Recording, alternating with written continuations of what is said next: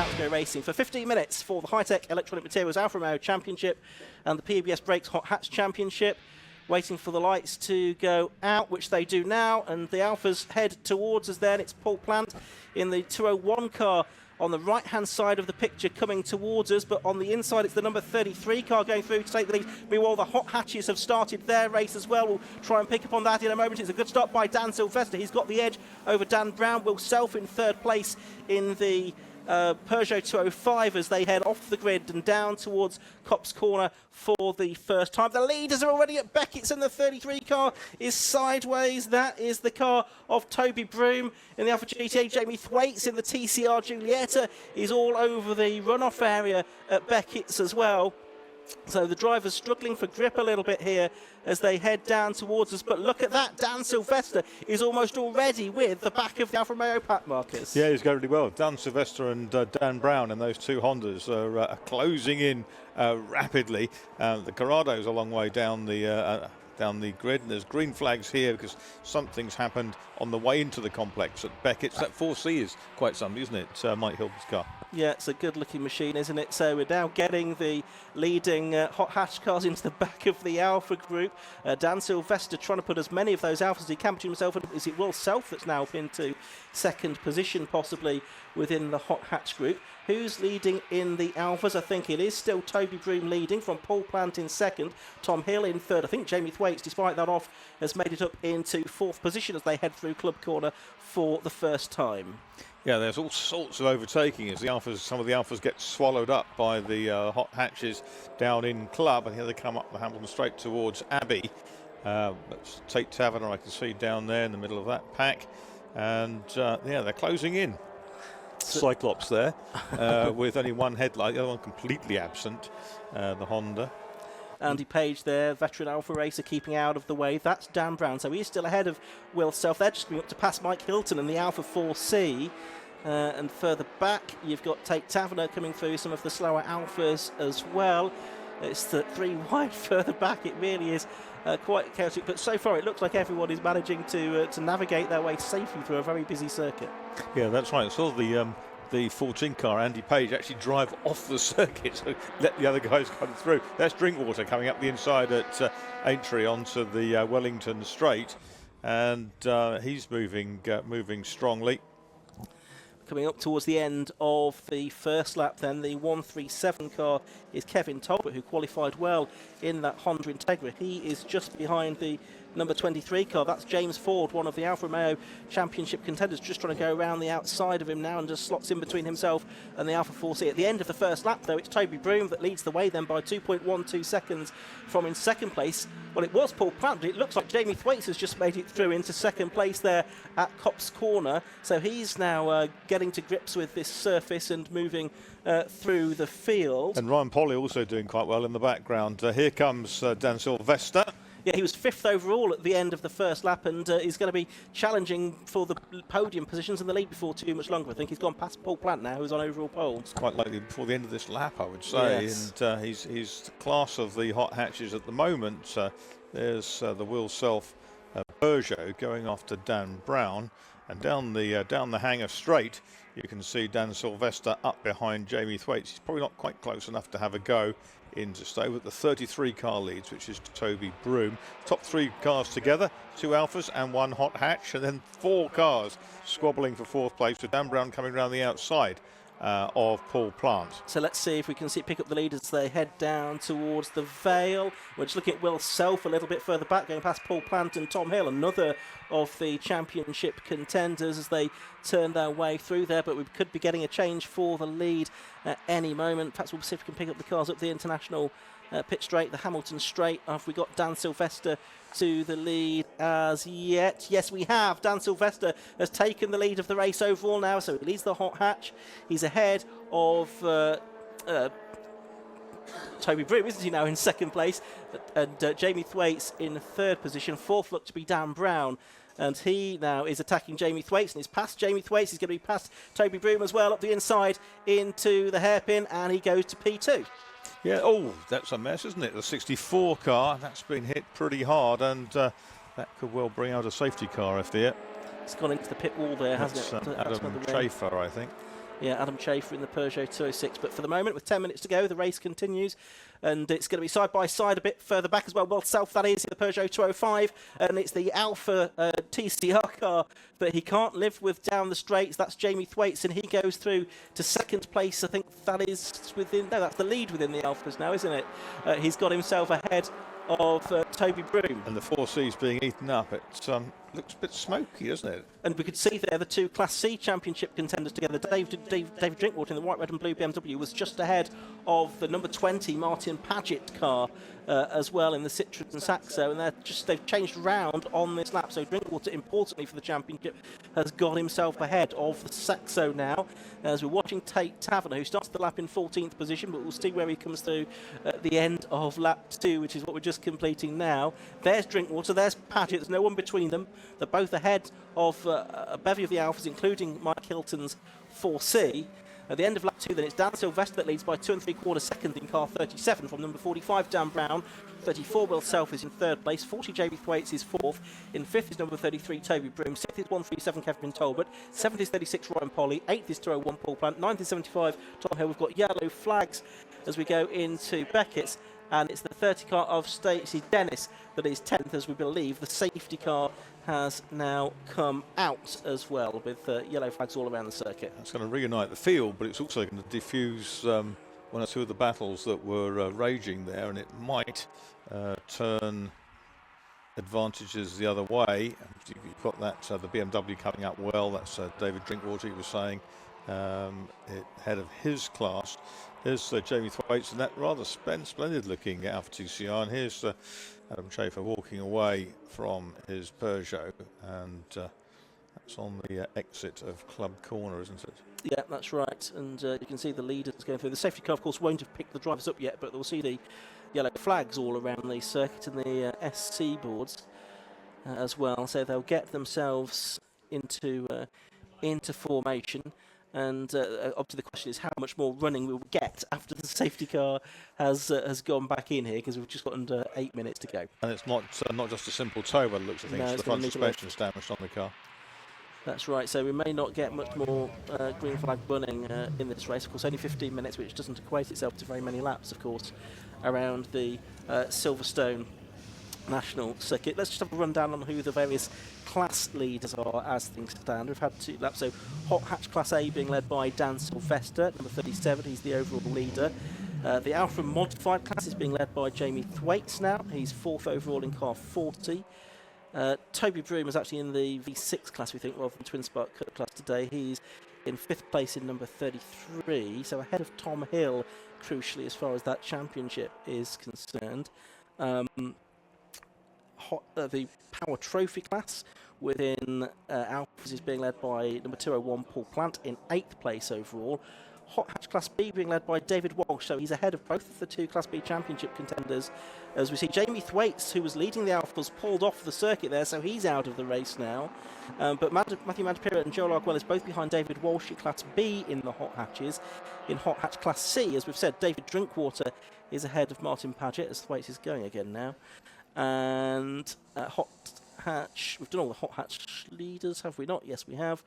I think that it's just the Twin Spark Cup class in the Alfa remaining, and that in 21st overall is being led by number 23, James Ford. So Jamie Thwaites, having gone off the circuit there for whatever reason, we don't know, I guess he's now going to be behind Mike Hilton in that class in the 4C. Yeah, he'll have dropped down the order, and actually the modified class is one that's still to be determined in amongst the Alfas, and that's between I think Thwaites and Hilton. I don't think Mark Skeggs is here this weekend in the Alfas. He was the other driver in mathematical contention for that coming into this weekend. So we're running behind the safety car here at Silverstone in this PBS Brakes Hot Hatch and Hitek Electronic Materials Alfa Romeo Championship. And we can see there's 3 Hot Hatches out in front here, and it is Dan Sylvester leading in the Honda, from Dan Brown in 2nd in another Honda. They've done most of the winning between them and Will Self, who's been pretty quick on occasion. He's in 3rd place in the Peugeot Trophy, both he and Dan Brown having switched across from the championship. And Jamie Quaist has made his way into the pit lane now. So it looks like he is in fact out of the race. There's Stacey Dennis. She has won the Power Trophy Championship within the Alphas this season.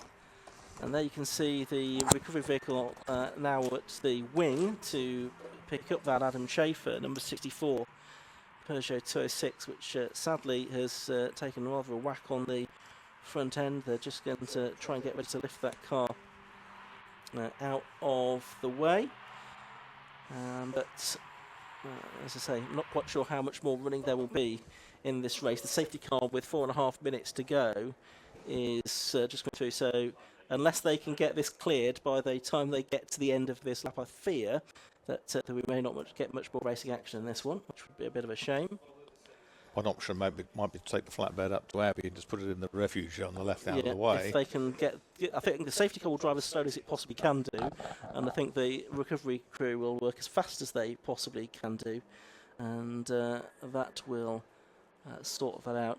It's an interesting situation that we have here, because obviously the Alphas had the first part of the grid, the expectation being that in dry weather they would have been faster than the hot hatches, but obviously it's damp and the tyres that the cars run on mean that they weren't necessarily as quick as the quickest of the hot hatches. I think it's one of those deceptive surfaces, isn't it? Because it's not going to be consistent all the way around the circuit with the drainage from the dampness you've had overnight. But the guys with the front drive Hondas and Peugeot there, the hot hatches have charged through. They are hard races, aren't they? And I've seen Sylvester and Brown win numerous races this year. Of course, with Sylvester at the front now, he looks like he's in pole position to even the score in 5 each, isn't he? No, he's going to get to be certainly putting himself in a reasonable position for the championship. But with David Drinkwater leading in Class C, I think for the overall championship, that's putting him in a strong place. The one thing David Drinkwater can't afford to do is have a particular problem in either way, because he missed one of the double headers because he was racing elsewhere. So he's already got a 0-0, effectively he's discarding. Exactly. Yeah. So he can't afford any more. But we could have Sylvester and Brown equal in terms of wins going into the the last race of the series. Could be 5-all going into the second race today. Yeah, that's right, as the cars are making their way around towards the end of the lap. Safety car lights are still on, unfortunately, which means that I don't think we're going to get the safety car pulling in this time. With only 2 minutes left on the clock, I think that means that probably that is effectively that, unfortunately, with it being just a 15-minute race on the Grand Prix circuit. We're going to keep an eye on what's going on the pit wall behind us. It is still just a yellow flag that is being waved there, so I don't think we are going to be able to get going again in this one. Of course, the reason that we have two sets of cars on the grid together on this Grand Prix circuit is because it can start a large number of cars, and to make race meetings on the Grand Prix circuit financially viable, you do need to make sure you are filling it as much as you possibly can be. It wouldn't be viable to have a race meeting with these classes of cars racing separately. We'll be seeing combined grids for some of the other races during the course of the day, the exception being the Takiwa Club Enduro Championship, which has more than 40 cars in its own right, for the 100-minute race that we'll have a little bit later on today. So it looks like we're going to have class wins here for Dan Sylvester and for David Walsh in Class B and for David Drinkwater in Class C. So during the break, we'll do an update on the points standings, and we will see how things are going into the final race of the day. But a shame, really, that with that incident for Adam Schaefer in his Peugeot over there at the wing, that we've only really had a couple of laps of racing for these cars. So a great shame. Hopefully we'll have an uninterrupted run a little bit later on. Drivers, you can see, still trying to keep some heat in their tyres as best we can, but it's going to be only 30 seconds now remaining on the clock, so we should get the checkered flag any moment. You can see that safety car still leading these rounds, so a great frustration for the drivers, one would think. But we're not going to get more racing laps here. But good effort from Dan Silvestre to get his way through all of those Alphas in the space of less than 2 laps. About a lap and a half, wasn't it, that he... he muscled through, and he's done so well this year, Dan Silvestre. We've seen in other cars as well, haven't we?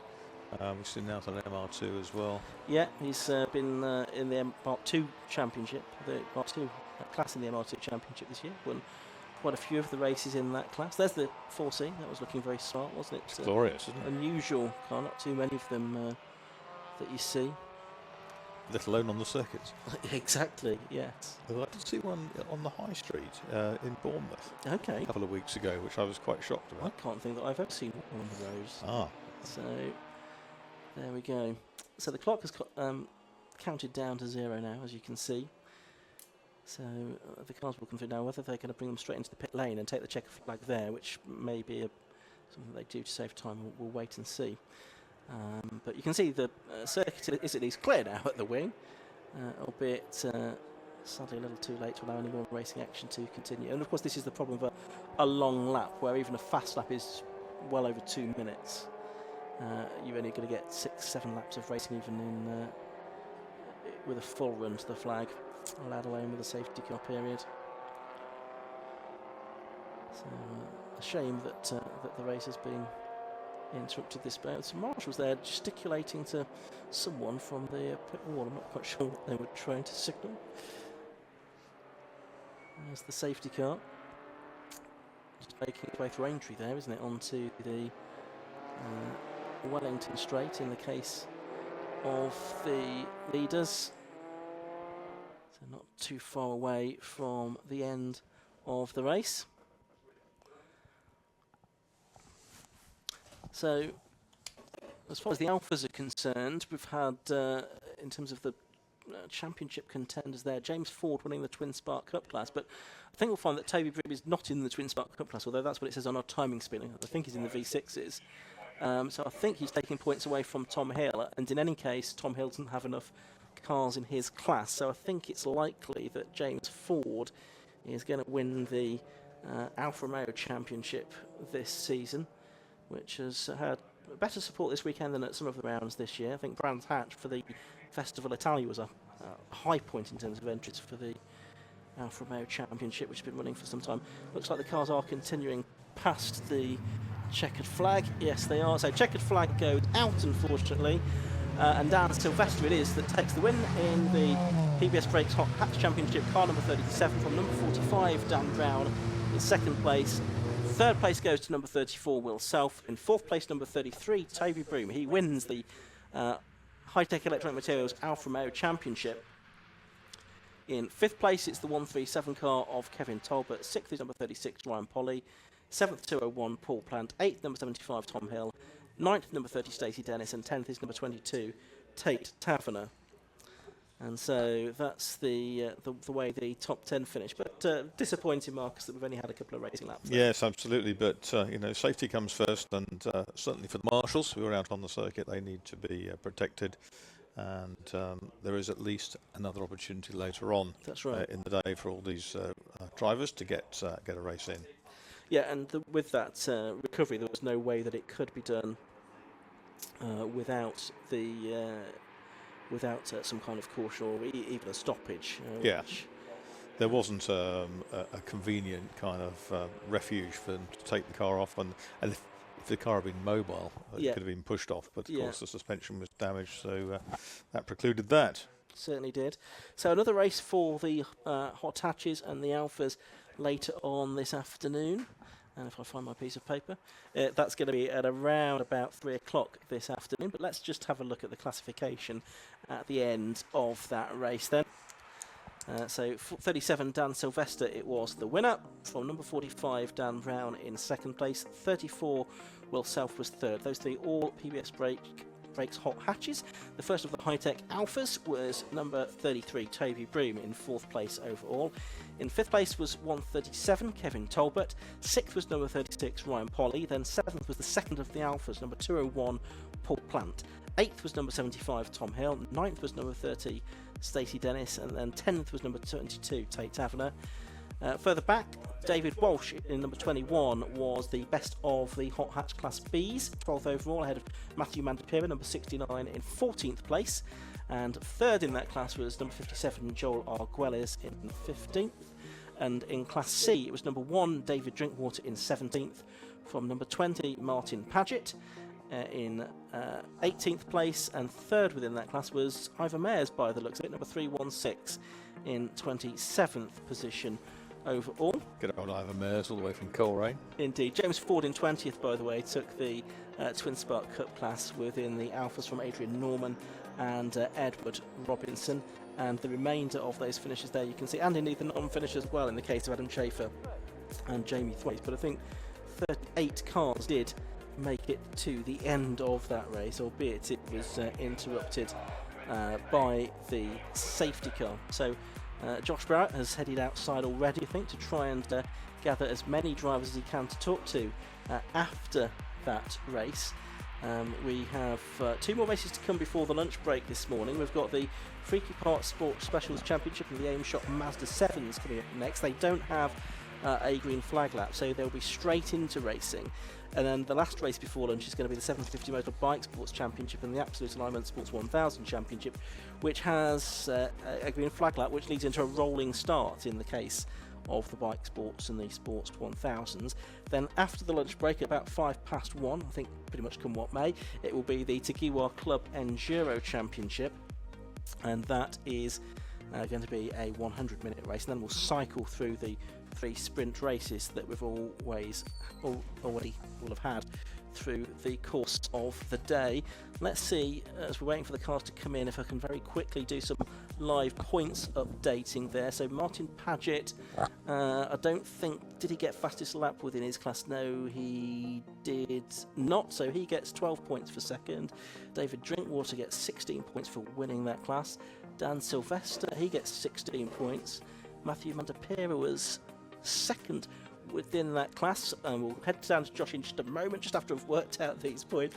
Matthew Mandapira gets 12 points, I think. Dan Brown gets 12 as well. Joel Arguelles gets 10. So I think championship situation now, after drop scores, is that it is still David Drinkwater leading, and his gap has extended to 10 points now. But I can see now that we do have cars heading down pit lane, so very shortly we'll head down to Josh Barrett to hear from our winning drivers.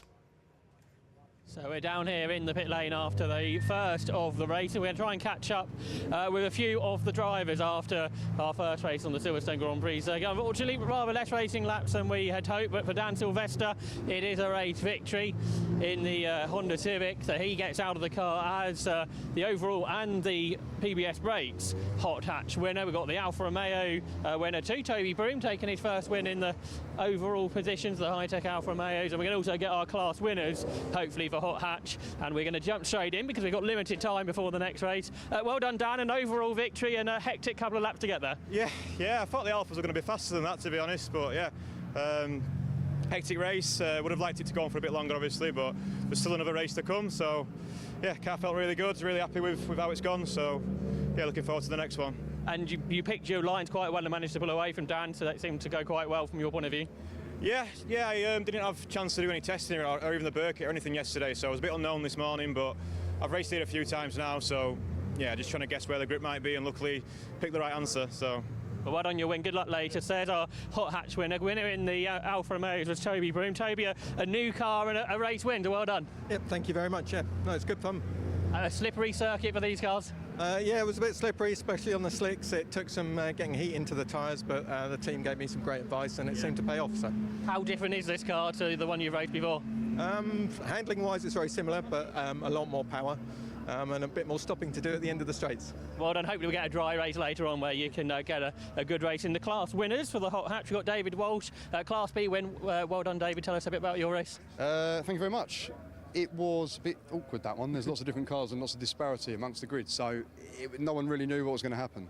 And I think we caught most of them up by the second and third corner, and it was just chaos. But to be fair, once it levelled out, it was all right. It was all right. And these few races you've done in Hot Hatch have gone pretty well this season.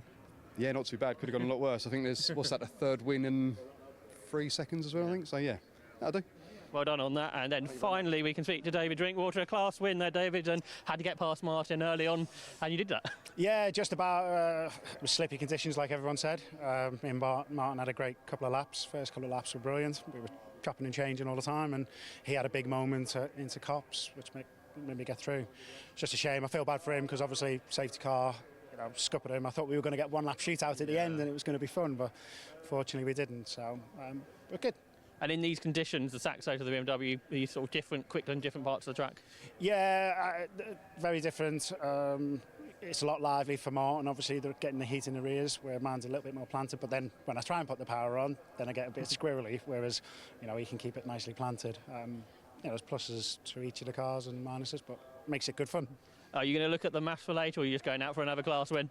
We'll see. I think it's due to rain, so we'll see what we do. I think that's a few more points, so I think just a decent-ish finish should be okay. So we'll see how we get on. Well done and good luck later on. So there are our overall winner, Alfa Romeo winner, and the winner from the Hot Hatch. So congratulations to all of them. Up next is the Freaky Part Sports Specials Championship with the Aim Shot Mazda 7s.